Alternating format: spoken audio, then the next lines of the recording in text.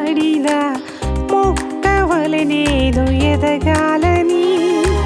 Sharon పొలములో వల్లి పద్మమై పరిమళ వాసననివ్వాలని,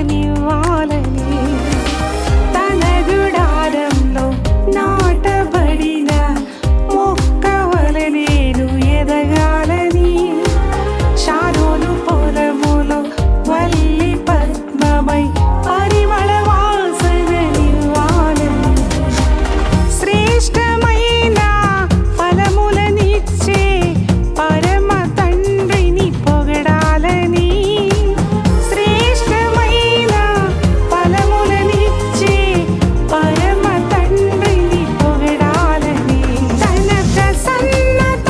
నేను చూడాలని, తన ఆలయములో ధ్యానించాలని, నా జీవిత కాలమంతా స్తుతులర్పించాలని, నా జీవిత కాలమంతా స్తుతులర్పించాలని.